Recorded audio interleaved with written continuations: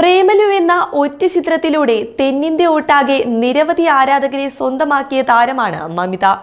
പ്രേമലുവിന് ശേഷം തമിഴകത്ത് ശോഭിക്കാനുള്ള തയ്യാറെടുപ്പിലാണ് ഇപ്പോൾ താരം.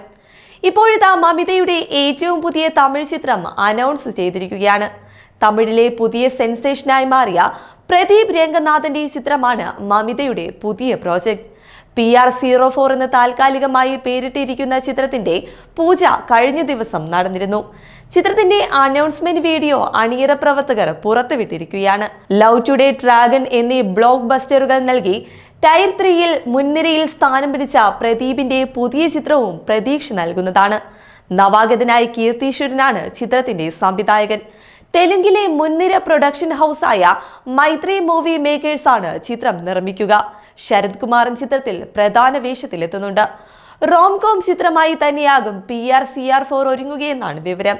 അതേസമയം ആൽബം സോങ്ങുകളിലൂടെ ശ്രദ്ധേയനായ സായ് അഭ്യങ്കറാണ് ചിത്രത്തിന്റെ സംഗീത സംവിധാനം നിർവഹിക്കുക.